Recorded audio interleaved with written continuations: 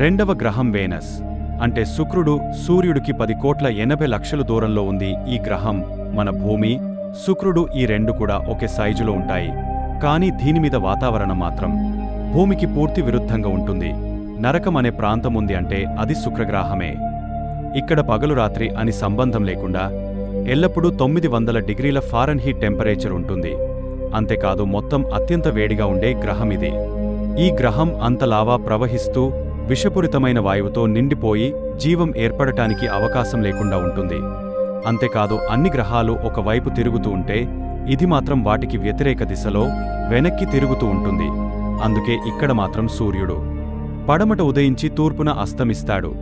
తన చుట్టూ తాను తిరగడానికి 243 రోజులు పడుతోంది. కాని సూర్యుడు చుట్టూ తిరగడానికి 225 రోజులు సమయం పడుతుంది.